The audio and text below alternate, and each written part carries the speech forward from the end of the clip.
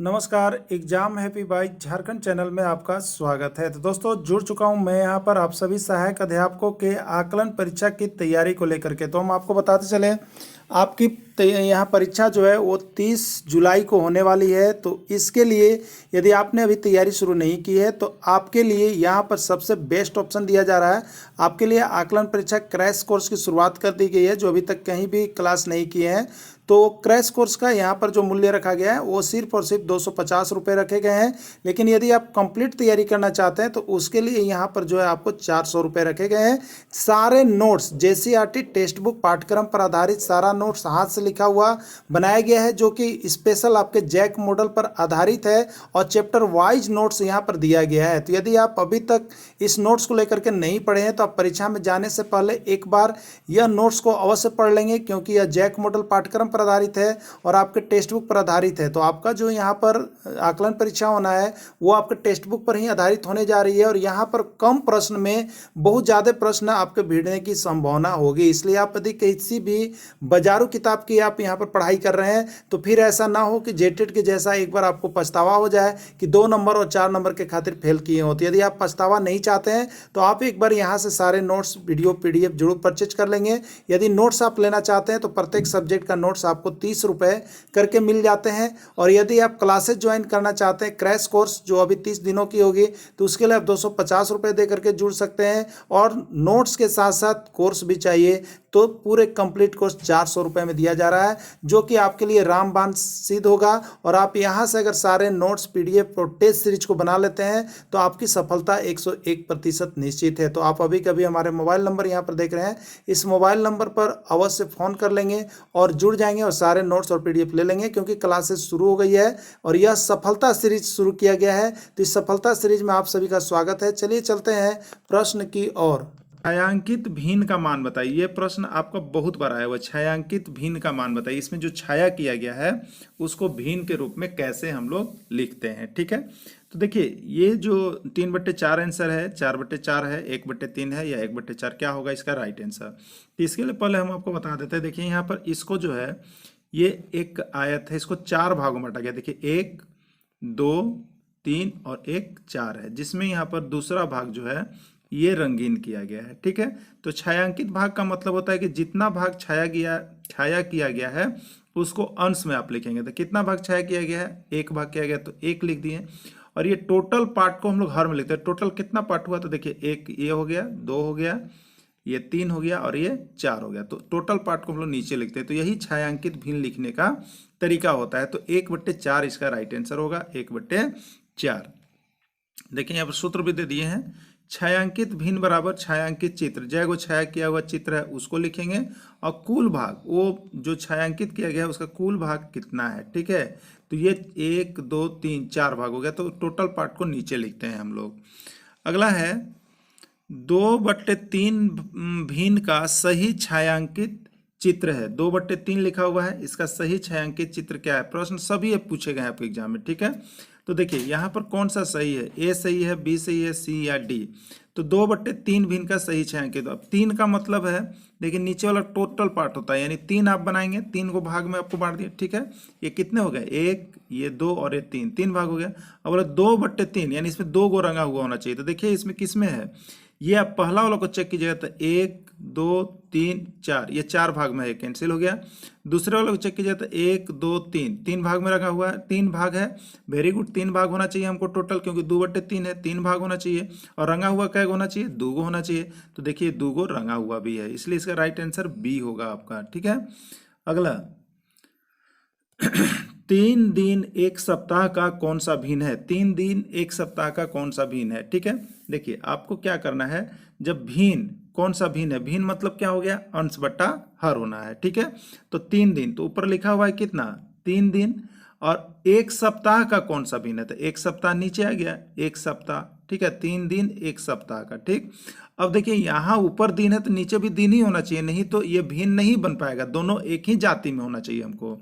तो अब देखिए 3 दिन है और नीचे 1 सप्ताह। तब बताइए 1 सप्ताह में कितना दिन, 7 दिन होता है ना। 1 सप्ताह में 7 दिन, यानी दिन दिन कट गया, 3/7 वह भिन्न हो गया। वह भिन्न क्या हो गया, 3/7 हो गया। तो देखिए यहीं पर इसी तरह से हमने बना भी दिया है, 3 दिन बटे 1 सप्ताह 3 दिन, और 1 सप्ताह में 7 दिन। अब दिन कटा तो 3/7, ये भिन्न हो गया आपका 3/7। चलिए अगला प्रश्न है, 7 महीना 1 वर्ष का कौन सा भिन्न है? 7 महीना 1 वर्ष का कौन सा भिन्न है? 7/365, 7/366, 7/12 या इनमें से कोई नहीं। तो देखिए इसी को आपको भिन्न में बदलना है। तो ये जो 7 महीना शुरू बार दिया है वो अंश में जाएगा, तो 7 महीना हो गया, और बट्टे 1 वर्ष। तो देखिए यहाँ महीना है, यहाँ वर्ष है, इसको सेम में चेंज कर लेंगे। तो किसको चेंज करेंगे? तो वर्ष वाला को चेंज करेंगे। किसको चेंज करेंगे? वर्ष वाला को चेंज कर लेंगे। तो 7 महीना और 1 वर्ष में कितना हो गया? 12 महीना। ये चेंज हो गया महीना में, दोनों सेम हो गए। 7/12 वह भिन्न होगा। इससे कौन सा उचित भिन्न है? इनमें से कौन सा उचित भिन्न है जिसको हम लोग कहते हैं प्रॉपर फ्रैक्शन, या इसी को कहते हैं हम लोग सम भिन्न। ठीक है, इसमें चुनना पड़ता है 3/5, 7/3, 3.2/5 या इनमें से कोई नहीं। बहुत बार ये प्रश्न आया है, बहुत बार। देखिए उचित भिन्न कौन है? उचित भिन्न कौन है आपको याद रखना है। उचित भिन्न में होता है कि देखिए अंश बटा हर हमेशा कभी बराबर नहीं होगा, बड़ा और छोटा होगा। ठीक है, अंश और हमेशा बड़ा और छोटा होगा। तो देखिए उचित भिन्न में क्या होता है कि अंश वाला छोटा होना चाहिए, ऊपर छोटा होना चाहिए और नीचे बड़ा होना चाहिए। ठीक है, अंश छोटा और हर बड़ा हो, यानी जिसको हल करे तो इसका मान 1 से छोटा आता है, 1 से छोटा। इसको भाग दीजिएगा तो मतलब 0 कुछ आएगा। तो 0 कुछ जो आता है वो होता है आपका यहाँ पर उचित भिन्न या सम भिन्न, और जो 1 कुछ आता है उसको हम लोग कहते हैं विषम भिन्न। ठीक है, तो 0 आएगा कैसे? तो 0 तभी आएगा जब अंश छोटा होगा और हर बड़ा होगा। ठीक है, तो अब आप याद रख लीजिएगा, अंश छोटा और हर का मान बड़ा। हर क्या होना चाहिए? बड़ा। तो कौन सा भिन्न कहलाता है? ये आपको कहलाता है उचित भिन्न, सम भिन्न और प्रॉपर फ्रैक्शन। तो इसमें कौन है? ए है कि बी है? देखिए ए में अंश क्या है? छोटा है, हर बड़ा है। बी में अंश बड़ा है, हर छोटा है। सी तो ये मिक्स फ्रैक्शन है, तो ए इसका राइट आंसर हो जाएगा। ठीक है, तो याद रखिएगा हमेशा इस ट्रिक को कि उचित भिन्न या सम भिन्न में क्या होता है? उचित भिन्न में अंश छोटा होता है और हर बड़ा होता है। यहाँ पर लिखा हुआ है, आप लोग नोट भी कर लेंगे, नहीं तो आपको ये PDF दे दिया गया है, आप इसी को देख लेंगे। इनमें से कौन अनुचित भिन्न या विषम भिन्न है? 7/5, 3/5, 8.2/6 या इनमें से कोई नहीं। देखिए अनुचित भिन्न, अनुचित जो उचित नहीं है, तो अनुचित में क्या होता है? अंश बड़ा और हर छोटा। ठीक है, अंश बड़ा हर छोटा। तो इसमें 7/5 में अंश बड़ा है, हर छोटा है। 3/5 में अंश छोटा है, हर बड़ा है, और ये मिक्स फ्रैक्शन है, इसलिए 7/5 इसका राइट आंसर हो जाएगा। ठीक है, यानी अंश बड़ा और हर छोटा होता है। ओके, अगला देखिएगा, इसमें कौन मिश्र भिन्न है? इसमें कौन मिश्र भिन्न है? 3/5, 5/3, 3.1/2 या कोई नहीं। तो देखिए 3/5 कौन सा भिन्न है? सम भिन्न है या उचित भिन्न है या प्रॉपर फ्रैक्शन है। ठीक है, और 5/3 कौन सा भिन्न है? अनुचित भिन्न है, विषम भिन्न है या प्रॉपर फ्रैक्शन है ना। और 3.1/2 क्या है? यही आपका मिश्र भिन्न है। जो पूर्णांक में रहता है वही आपको मिश्र भिन्न कहलाता है। जितने भी पूर्णांक वाली चीज है वो मिश्र भिन्न में आपको जाएंगे, तो सी इसका राइट आंसर हो जाएगा। अगला है, इसमें कौन समतुल्य भिन्न है? समतुल्य भिन्न, इक्विवेलेंट फ्रैक्शन। इक्विवेलेंट फ्रैक्शन कौन है इसमें आपको बताना है। 3/4 कि 6/9, इसमें ऑप्शन दिया हुआ है। ये दोनों को मिला के देखना है कि इक्विवेलेंट है कि नहीं, ये दोनों को मिला के देखना है इक्विवेलेंट है कि नहीं, ये दोनों को देखना है इक्विवेलेंट है कि नहीं। तो समतुल्य भिन्न में हमेशा 2 के बीच में तुलना किया जाएगा, 2 भिन्न के बीच में, हर में 2 भिन्न दिए हुए रहेंगे। तो समतुल्य भिन्न का मतलब होता है कि दोनों जो है आपस में हल करने के बाद क्या होना चाहिए? बराबर होना चाहिए। ठीक है, 3/4 है, ये 6/9 को हल करेंगे तो क्या आएगा? तो 3 दूनी 6 और 3 तिहाई 9, ये 3/4 के बराबर नहीं आया, इसलिए यह नहीं है। अब 7/5 और 14/10 को देखिएगा, तो 7/5 तो नहीं छोटा होगा, लेकिन 14/10 को यदि हम देखते हैं तो ये छोटा होता है कि नहीं। तो 2 7 14 और 2 5 10, 7/5। तो देखिए इसको भी हल किया तो 7/5, इसको भी हल किया तो 7/5, दोनों क्या हो गया? बराबर हो गया। ठीक है, अब देखिए 8/7 और 9/14, ये दोनों समतुल्य है कि नहीं? तो ये तो कटेगा ही नहीं, ये तो कटेगा ही नहीं। ठीक है, ये गलत हो गया। 5/6 और 10/15, ये देखिए आपका नहीं कटने वाला है। ठीक है, किसी से भी नहीं कटेगा, तो ये दोनों आपस में बराबर नहीं। तो दोनों भिन्न यदि आपस में बराबर हो जाएंगे तो वो समतुल्य भिन्न होंगे, जो कि आपका यहाँ पर हो रहा है बी में, इसलिए इसका राइट आंसर बी हो जाएगा। समतुल्य भिन्न में बराबर भिन्न को कर लेना है, दो को दिए हुए रहेंगे आपको तुलना करने के लिए, वो हो जाएगा आपका। ठीक है, अब देखिए इसमें कौन समान फ्रैक्शन है, समान भिन्न है, लाइक फ्रैक्शन, लाइक फ्रैक्शन ही आपको देखना है। ठीक है, कौन समान भिन्न है, देखिए ए है 2/3, 4/3, 5/3, बी है 3/5, 2/3, 3/4, सी है 7/6, 3/7, 5/8 और डी है इनमें से कोई नहीं। देखिए लाइक फ्रैक्शन में क्या होता है, समान भिन्न में क्या होता है, समान भिन्न में होता यह है कि समान भिन्न में जो हर होगा, जो हर में अंक होंगे वो सभी भिन्न में बराबर होंगे। हर में जो अंक होंगे सभी भिन्न में आपस में क्या होंगे, बराबर होंगे, सभी भिन्न में आपस में बराबर होंगे। ठीक है, तो जिसमें हर का मान सभी में बराबर होगा तो वो लाइक फ्रैक्शन होगा। ठीक है, जिसमें हर का मान सभी भिन्न में बराबर होगा, जो आपको ग्रुप दिए गए हैं, तो वो आपका लाइक फ्रैक्शन होगा। तो अब देखिए यहाँ पर किसमें है, तो देखिए ए ऑप्शन जो है इसमें सब में हर देखिएगा 3 3 3, सभी में हर क्या है, आपस में बराबर है। लेकिन बी में देखिएगा तो इसमें हर आपस में बराबर नहीं है, सी में भी हर आपस में बराबर नहीं है। तो जिसमें हर आपस में बराबर होंगे उसको आप कहेंगे लाइक फ्रैक्शन या इसी को कहेंगे समान भिन्न। तो इसका राइट आंसर ए हो जाएगा। ठीक है, देखिए यहाँ पर ट्रिक लिख दिया है आपको, समान हर वाले भिन्न को समान भिन्न या लाइक फ्रैक्शन कहते हैं। ओके दोस्तों, इस प्रकार का नोट्स आप जरूर परचेज कर लीजिएगा, क्योंकि ये नोट्स जो है ना आप यदि अपने पास रखते हैं, हमेशा देखते हैं, तो आपको यहाँ पर 70% से ज़्यादा अंक जरूर आ जाएंगे और आपको आकलन परीक्षा एक बार में ही निकल जाएगा। इसलिए जरूर आप यहाँ पर हमारे मोबाइल नंबर से संपर्क करके जरूर हमारे साथ ज्वाइन कर लीजिएगा। अब देखिए इसमें कौन असमान भिन्न है, कौन असमान भिन्न है, अनलाइक फ्रैक्शन, अनलाइक फ्रैक्शन। ठीक है, कौन असमान भिन्न है आपको बताना है। ठीक है, तो 3/5, 7/5, 4/5, बी में आपका 6/7, 6/8, 6/9 और डी सी में आपका 3/5, 6/5, 8/5। ठीक है, अब देखिए यहाँ पर आप देख रहे हैं अभी समान भिन्न था, तो समान भिन्न में क्या होता है, तो हर में सभी अंक बराबर होने चाहिए। एक जो ग्रुप में जो सदस्य होंगे भिन्न होंगे उस सभी का हर में मान बराबर है, तो क्या चीज़ है, वो समान भिन्न है। तो ये देखिए 3/5, 6/5 ये तो समान भिन्न हो जाएगा, और यहाँ आप देखिए 3/5, 7 ये भी समान भिन्न हो जाएगा। लेकिन अब पूछा असमान भिन्न, तो असमान भिन्न का नियम यह कहता है कि वैसे भिन्न असमान भिन्न होंगे जिसके हर का मान अलग अलग होगा।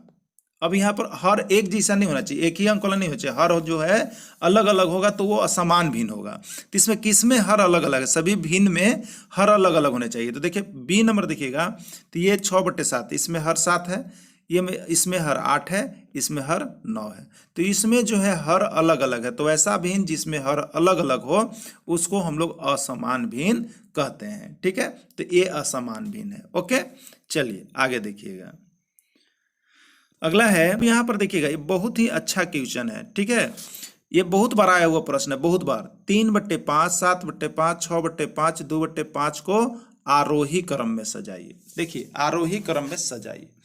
अब यहाँ पर बहुत बड़ा प्रॉब्लम हो जाता है, अगर यहाँ ट्रिकली आप नहीं देखिएगा तो इसको बनाने में बहुत ज़्यादा समय जाता है, लेकिन इसको ट्रिकली आप बना लीजिएगा। देखिए जब यहाँ पर हर में सबका मान बराबर हो, जो भिन्न हमको आरोही है अवरोही में बोला जा रहा है उसका हर देख लीजिए।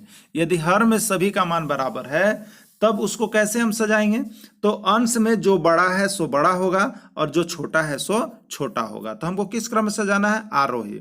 तब हमको ये 5 सब में बराबर मिल गया ना, तो हमको नीचे वाले को नहीं देखना है, हमको नीचे वाले को नहीं देखना है, हमको किसको देखना है, अंश को देखना है। ठीक है, तो अंश में जो छोटा है वो छोटा है और जो बड़ा है वो बड़ा है। तो आरोही क्रम में सजाना है। तो आरोही मतलब बढ़ते क्रम हुआ, तो सबसे पहले कौन होगा, 2 होगा, फिर इसमें कौन होगा, 3 होगा, फिर इसमें कौन होगा, 6 होगा, फिर इसमें कौन होगा, 7 होगा। तो अब देखिए 2 3 6 7 किस में आया है, तो ऊपर वाला में देखिएगा तो 2 है, 3 है और यहाँ पर उल्टा हो गया, इसलिए पहला गलत है। दूसरा आप देखिएगा तो 3 है, 2 है, ये भी गलत है। तीसरा आप देखिएगा तो 2 है, 3 है, 6 है, 7 है। देखिए 2 3 6 7 इसमें मिल रहा है ना, तो ये आपका राइट आंसर हो गया, इसी पर आपका बन गया। ठीक ना, तो आप हमको ये प्रश्न बना करके बताइएगा। ठीक है, जरूर कमेंट कीजिएगा कि 3/4, 2/4, 1/4 और यहाँ पर 7/4 को अवरोही क्रम में सजा के हमको बताइएगा। किस क्रम में सजा के बताइएगा, अवरोही क्रम में सजा करके बताइएगा। यहाँ से एक प्रश्न आपका पक्का रहेगा। ठीक है, चलिए अगला देखिएगा, यहाँ पर देखिए नोट लिखा हुआ है, हर का मान बराबर रहने पर अंश में जो बड़ा है वह बड़ा होगा और जो छोटा है वह छोटा होगा। उसी तरह से उसको आप सजा लीजिएगा, ठीक है। अबर देखिए यहाँ पर, अबर जो प्रश्न अगला आपको मिल गया, 6/7, 6/5, 6/3 और 6/8 को आरोही क्रम में सजाइए। अबर देखिए क्या है आपको, अबर जस्ट उसका उल्टा आपको दिया गया है, ठीक है। अबर हर का मान सबका अलग अलग है, हर का मान अलग है, लेकिन अंश का मान जो है सब समान है, अंश का मान सब समान है। तो इसको आरोही और अवरोही में कैसे करते हैं, बहुत ही अच्छी ट्रिक है, देख लीजिएगा। यह प्रश्न बहुत बार आया है, ठीक है। तो इसको कैसे हम सजाएंगे, तो यहाँ पर देख लीजिए। इसके लिए क्या है कि हर अंश में सब बराबर है, तो आपको हर वाला को देखना है। किसको देखना है, हर वाला को देखना है। अब इसमें याद रखिएगा जस्ट उल्टा होता है, तो हर में जो छोटा है, हर में जो छोटा है वह सबसे बड़ा हो जाता है। हर में जो छोटा है वह सबसे बड़ा आपको मानना है, और जो बड़ा है उस सबसे छोटा है। क्योंकि जब आप भाग लगाइएगा तो बड़ी संख्या से भाग लगाइए तो छोटा मान प्राप्त होगा, और छोटी संख्या से भाग लगाइएगा तो बड़ा मान प्राप्त होगा। इसलिए जब अंश सब बराबर हो, तुम दिमाग में रखिए, अंश सब बराबर हो और हर जब अलग अलग हो, तो आपको बड़ा कौन होगा, जो बड़ा वही होगा जो छोटा अंक नीचे होगा, और छोटा कौन होगा, जो बड़ा अंक होगा। बात समझ गए। अब देखिए यहाँ पर, तो अब चलिए आपको किस क्रम से जाना है, आरोही, आरोही यानी बढ़ते क्रम, ठीक है।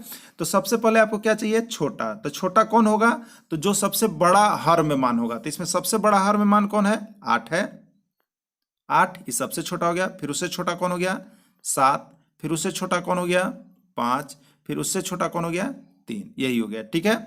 यानी सबसे बड़ा इसमें कौन होगा, 3 वाला होगा, यही हुआ ना। तो अब आप देखिए कि हर में किसमें 8, 7, 3, 5 कहां पर आपको मिल रहा है, तो हर में इसमें देखिएगा तो पहला में 8, 7, 3, 5, देखिए पहला में ही आपको मिल गया, इसलिए इसका राइट आंसर पहला ही होगा। अब एक प्रश्न आपके लिए, आप हमें बना करके जरूर कमेंट कीजिएगा कि यहाँ पर 3/5, 6/7, 3/7 और 3/8 और 3/4 को आरोही क्रम में सजा कर दिखाइएगा। किस क्रम में सजा कर दिखाइएगा, आरोही क्रम में। समझ गए होंगे।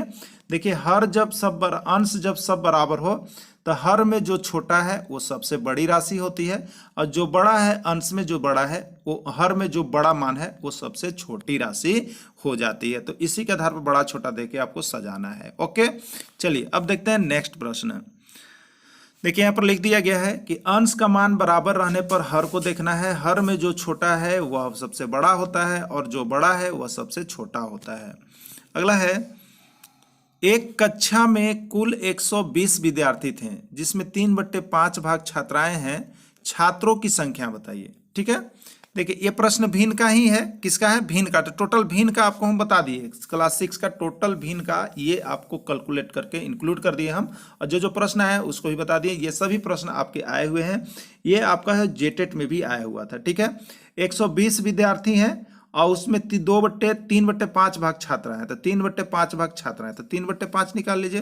तो 5 से कितना बचा, 24, यानी 24 दिया 72। तो 72 क्या हो गया, छात्राएं यानी लड़कियां हैं, तो छात्रों की संख्या पूछ रहा है, लड़कों की संख्या पूछ रहा है। 120 को ये है लड़का और लड़की, तो 120 में 72 आपका क्या हो गया, लड़की हो गई। तो लड़का का संख्या निकाल लीजिए, तो इसको आप घटाएंगे तो यहाँ पर आएगा 48, ठीक है। क्या आएगा, 48 आएगा। तो राइट आंसर आपका ए हो जाएगा। ओके, चलिए अगला देखिए, यहाँ पर आपको डील कर दिया गया है, आपको यहाँ पर नोट्स बना दिया गया है। छात्राएं कितनी होगी, तो 120 का 3/5 72, तो छात्र कितना होंगे, तो टोटल में से 72 घटा दीजिएगा तो 48, इतने छात्र हो गए आपके, ठीक है।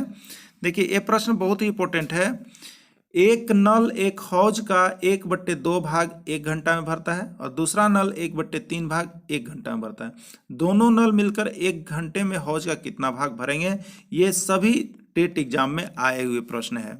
क्या होगा इसका राइट आंसर, तो देखिए कि दोनों कितने में भरेंगे, तो दोनों यहाँ मतलब क्या करना है, आपको भिन्न का जोड़ कर देना है। क्या कर देना है, भिन्न का जोड़ कर देना है, यानी 1/3 भाग और 1/2 भाग को जोड़ लेना है। तो ये भिन्न का जोड़ है, ठीक है। तो 3 और 2 का यहाँ पे एलसीएम लीजिएगा तो 6 हो गया, 2 तिया 6 और 3 दूनी 6, यानी 5/6 भाग को भरेगा। 1 घंटा में कितना भाग को भरेगा ना, 5/6 भाग। 5/6 भाग है किसमें, ए में है, तो यही इसका राइट आंसर हो गया। चलिए एक और प्रश्न आपके लिए रहेगा। यहाँ पर दो नल एक घंटे में एक हौज को ठीक है, एक हौज को एक नल यहाँ पर 1/4 भाग भरता है और दूसरा नल जो है 1/5 भाग भरता है, तो वह 1 घंटे में कितना भाग भरेगा, इसको आप लोग बना करके हमको कौन 63.276 में 2 का स्थानीय मान बतावें। देखिए आपको बता दें यहाँ पर स्थानीय मान से एक प्रश्न आपके एग्जाम में पक्के पूछे जाने, और ये क्लास 6 का एक्सरसाइज 6.1 से 6.6 तक का इंपॉर्टेंट क्वेश्चन हम लेकर के आए हैं। तो सारा एनसीईआरटी का नोट्स हम आपको यहाँ पर टॉपिक वाइज दे रहे हैं, और सारे इंपॉर्टेंट क्वेश्चन जो आपके एग्जाम में आना 100% तय है। इसमें कहीं भी कोई भी कोताही नहीं समझे कि नहीं आएगा, आना है तो आना है। अब देखिए यहाँ पर स्थानीय मान आप कैसे निकालिएगा, बहुत ही अच्छी बात है। स्थानीय मान हम निकालेंगे कैसे, देखिए ध्यान दीजिए। देखिए हम लोग लिखते हैं 63.276 है, ठीक है, यही है। एक दशमलव के इधर है, ठीक है, एक दशमलव के इधर है, ठीक है। तो एक दशमलव के बाएं और दशमलव के दाएं, ठीक है, दशमलव के बाएं और दशमलव के दाएं। तो दशमलव के बाएं यदि आप कहिएगा तो इसको हम लिखेंगे सिर्फ और सिर्फ 63। तो इसमें 63 जब लिखेंगे तो इसमें 3 का स्थानीय मान देखिए 3 होगा, और 6 का स्थानीय मान कितना होगा 60 होगा, क्योंकि ये कहीं पर है, ये दाएं पर है, तो दाएं पर हुआ तो 6 दाएं हम 60 हो गया, ठीक है। लेकिन अब रही बात, देखिए अब दशमलव वाला जब आएगा, दशमलव के बाद वाला कभी पूछता आपको ऐसे ऐसे, ये दशमलव के किधर है, दाहिने तरफ वाला जब भाग आपको निकालने के लिए बोल दे तो आप याद रखिएगा ये कैसे चलता है। 2 का स्थानीय मान होगा, इधर से स्टार्ट कीजिएगा, इधर से नहीं करते हैं, ठीक है। इधर से किसको स्टार्ट करते हैं, तो इधर से हम लोग इधर इकाई दाएं वाला को स्टार्ट करते हैं, ठीक है। तो देखिए इधर से स्टार्ट कीजिएगा तो 2 है, यानी इसका स्थानीय मान है 2/10। 7 है तो इसका स्थानीय मान होगा 7/100, और 6 है तो इसका स्थानीय मान होगा 6, और 1 पर 3 को 0। तो ये होता है दशांश, ठीक है, क्या होता है दशांश, शतांश और सहस्रांश। इस तरह से इसमें चलता है स्थानीय मान। कब, दशमलव के बाद वाला अंक, दशमलव के बाद, ठीक है। तो दशमलव के दाहिने तरफ वाला अंक का स्थानीय मान इस तरह से निकाला जाता है। तो अब बताइए 63.276 है, इसमें 3 का स्थानीय मान कितना होगा, 3 होगा ना। 6 का स्थानीय मान कितना होगा, 60 होगा। ये देखिए दशमलव के इधर है, दशमलव के इधर हम लोग चल दिए बाएं तरफ। अब दाहिने तरफ लगा देखिएगा, 2 का कितना होगा, तभी हम बताया था आपको 2/10 होगा। 7 का कितना होगा, तो 7 बट्टा, अब अगला 1 0 बढ़ते जाइए 100 होगा। और 6 का कितना होगा, तो 6/1000 हो जाएगा। बात समझ गए। तो ऐसा एक प्रश्न आपका पक्का एग्जाम में आना तय है, तो आप लोग देख लीजिएगा, ठीक है। तो यहाँ पर स्थानीय मान दशमलव के पहले और दशमलव के बाद वाला जरूर आता है। तो 2 का स्थानीय मान क्या होगा, तो 2/10 होगा। ये आंसर किस में है, तो आप यहाँ पर देखेंगे 2/10 सी में, यही आपका राइट आंसर होगा। अब देखिए यहाँ पर आपको हम नोट्स दे रहे हैं ना, तो नोट्स के लिए देखिए यहाँ पर नीचे सॉल्यूशन भी हम आपको बता देते हैं। यहाँ पर देख लीजिए 63.276 है, इसको 2 भाग में बांट दीजिए, एक दशमलव के ये बाएं और एक दशमलव के ये दाएं। तो दशमलव के बाएं इकाई दाएं चलता है, तो 3 इकाई 3, 6 इकाई 60 हो गया। और इधर दशांश और यहाँ पर शतांश और सहस्रांश चलता है, मतलब 2 है तो 2/10 हो गया, 7 है तो 7/100 हो गया, 6 है तो 6/1000 हो गया। तो 2 का स्थानीय मान कितना होगा, 2/10 होगा। 7 का स्थानीय मान कितना होगा, 7/100 होगा। 6 का स्थानीय मान कितना होगा, तो 6 बट्टा यहाँ पर कितना हो जाएगा आपका 1000 हो जाएगा। 6/1 पर 3 0 हो जाएगा ना। तो इस तरह से आप यहाँ पर देखिए लिखा हुआ है, इसको देख लीजिएगा ये टेबल को और बना लीजिएगा। और 3 का स्थानीय मान 3 होगा और 6 का स्थानीय मान 60 होगा। तो इसी तरह से इसके प्रश्न आते रहते हैं, ठीक है। चलिए अगला प्रश्न देखते हैं। अगला है 3.25 में 3.25 में 3 का स्थानीय मान बताइए। 3.25, ठीक है। इसको 2 भाग में बांटेंगे, एक दशमलव के बाएं और एक दशमलव के दाएं। तो दशमलव के बाएं वाला इकाई दाएं जैसा हम लोग निकालते हैं, तो 3 इकाई पर है, तो 3 इकाई 3, यानी इसका इकाई अंक 3, यानी इसका क्या होगा स्थानीय मान 3 ही होगा। लेकिन 2 का पूछता तो क्या होता है 2/10। 5 का पूछता तो कितना होता 5/100 होता। 5 बटा कितना होता 100 होता। तो चलिए इसका आंसर 3 होगा। ओके, अब देखिएगा तीन दू छः पाँच में दो का स्थानीय मान, देखिए तीन दू छः पाँच में दो का स्थानीय मान, तो इसमें दशमलव का कहीं जिक्र नहीं है, तो दशमलव का जिक्र नहीं है तो कैसे हम लोग लेते हैं, तो दशमलव का जिक्र रहता तो इधर आगे रहता, इधर वाले को कैसे लेते हैं, तो इकाई पर है तो इसका 5 हो गया, ये दहाई पर है तो इसका 60 हो गया, ये सैकड़े पर है तो ये कितना हो गया 200 हो गया, ये हजार पर है तो ये कितना होगा 3000 होगा। इस तरह से स्थानीय मान हम लोग निकालते हैं, यानी 5 का 5, 6 का 60, 2 का 200, 3 का 3000, जितने अंक पर आते जाएगा उतना जीरो आप बढ़ाते जाइएगा। ठीक है, चलिए अगला देखिएगा, एक और प्रश्न, 67.9624 में 4 का स्थानीय मान बताइए। ठीक है, 4 होगा, 4/10 होगा, 4/10,000 होगा या 4/100 होगा। तो अभी हमने आपको बताया था 67.9296, ठीक है, कितना है 9624, यही है ना। तो ये दशमलव का ये किधर है, बाएं तरफ भाग है। ठीक है, दशमलव का बाएं तरफ इकाई दहाई चलता है तो 7 का 7 होगा और 6 का 60 हो जाएगा, यही होगा। लेकिन दशमलव के बाद चलिए तो 9 का कितना होगा 9/10 होगा, 6 का कितना होगा 6/100 होगा, 2 का कितना होगा तो 2/1000 होगा, तो 4 का कितना होगा 4/10,000 होगा ना। तो 4/10,000 किस में ऑप्शन है, तो देखिए आपका सी में ऑप्शन है। किस में ऑप्शन है, सी में है, तो सी इसका राइट आंसर है। और देखिए यहाँ पर हमने यहाँ पर सॉल्यूशन के रूप में आपको बना भी दिया है, तो यहाँ पर देख लीजिएगा दशमलव के इधर है और दशमलव के इधर है, तो यही दो प्रश्न आपके हमेशा आते रहते हैं। ठीक है, चलिए अगला देखिएगा, 2.04 और 2.4 में कौन बड़ा है आपको बताना है। ठीक है, देखिए यहाँ पर दशमलव के बाद बराबरी नहीं किया, यहाँ पर दशमलव 2 अंक के बाद है और यहाँ पे दशमलव 1 अंक के बाद है ना। तो यहाँ बराबरी नहीं है तो आपको डाउट होता है, डाउट होने की कोई बात नहीं, कौन बड़ा है इसके लिए देख लीजिए, आपको कैसे यहाँ पर बता दिया गया है।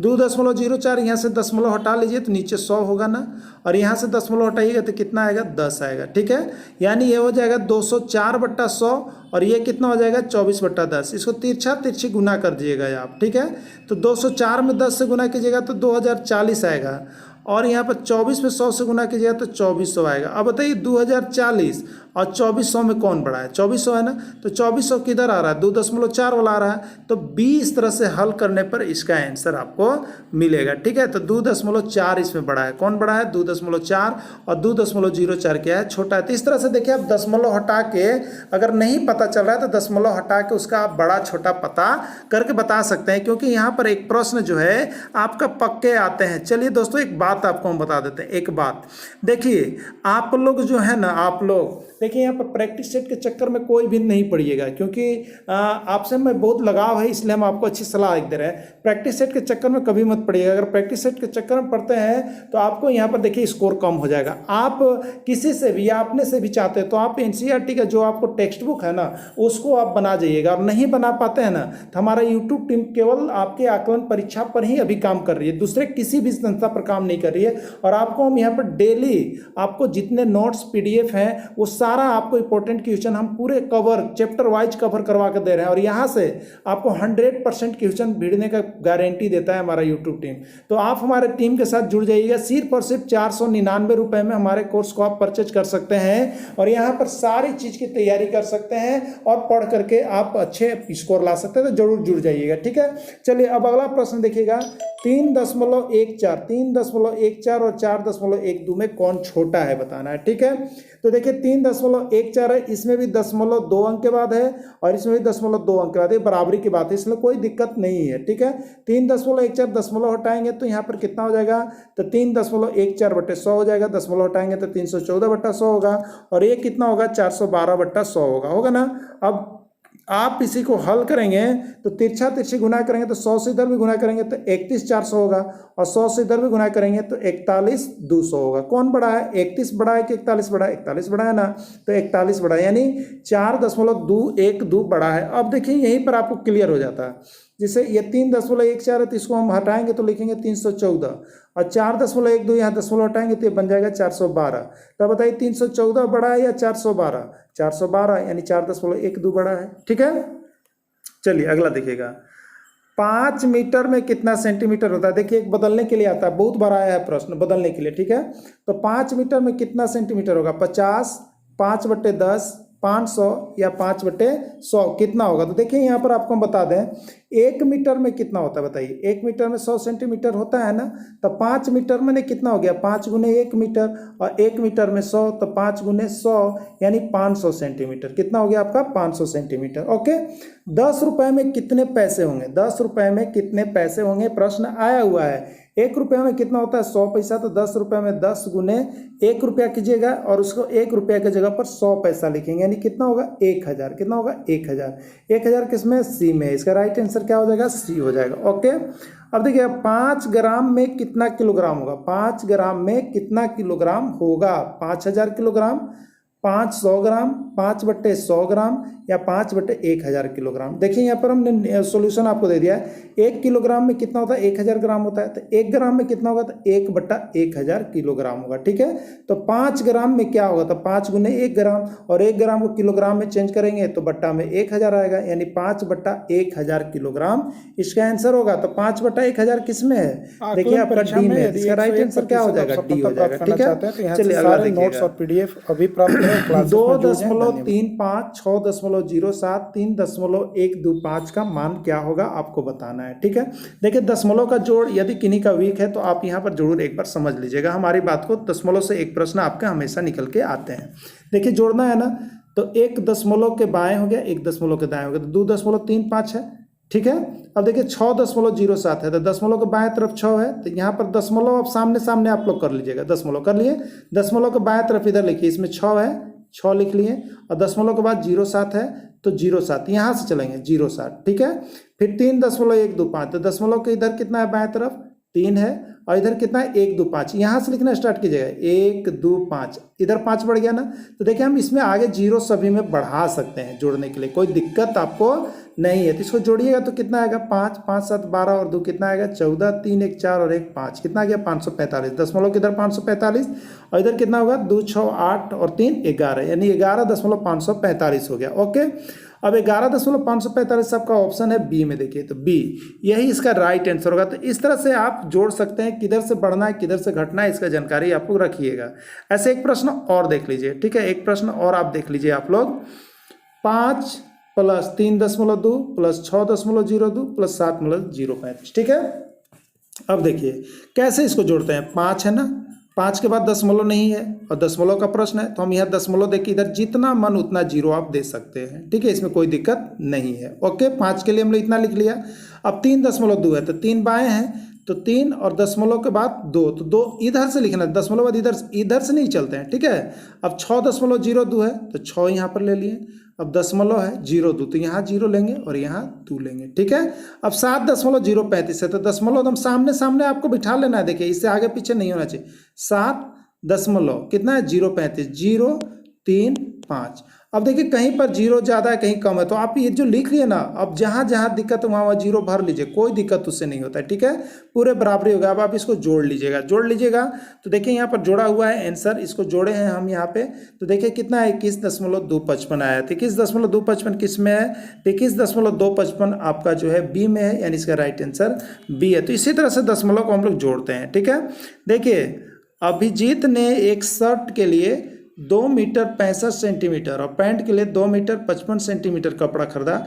ज्ञात कीजिए कि अभिजीत के कुल कितना मीटर कपड़ा खरीदा है। क्या करना है? आपको जोड़ देना है। ठीक है, कैसे जोड़ेंगे? तो यहाँ पर देखिए शर्ट के लिए कितना लिया है, तो शर्ट के लिए यहाँ जो कपड़ा लिया गया है वो आपका 2 मीटर 65 सेंटीमीटर। ठीक है, 2 मीटर कितना है? 65 सेंटीमीटर, तो 2 मीटर और 65 सेंटीमीटर हमने लिख लिया। और पैंट के लिए कितना लिया है? तो 2 मीटर और 55 सेंटीमीटर लिया है ना। तो देखिए 5 5 10, 6 5 11 और 1 कितना हो गया? 12 हो गया, और 2 2 4 और 1 5। ठीक है, इतना कुल कितना मीटर कपड़ा खरीदा? तो 5 मीटर और इसको देखिएगा तो 20 सेंटीमीटर, 5 मीटर और 20 सेंटीमीटर कपड़ा हुआ खरीदा है। तो किस में ऑप्शन है? तो देखिए यहाँ ऑप्शन आपका बी में है ना। तो यही इसका राइट आंसर हो जाएगा। तो अब देखिए यहाँ पर मोनिका ने बैंक से 1575 रुपये की निकासी की और उसने 750 रुपये खर्च कर दिए। अब उस बाद कितने रुपए बचे? दोस्तों देखिए, इस तरह के प्रश्न देखने के बाद आपको लग रहा है ना कि कितना हल्का हल्का क्वेश्चन दे रहे हैं सर। देखिए यह आपको हम बता दे रहे हैं, यह लोगों का सोच था 2013 के जेटेट में, और 2013 में आया था इसने प्रश्न और लोग भौचक्के रह गए, भौचक देखते।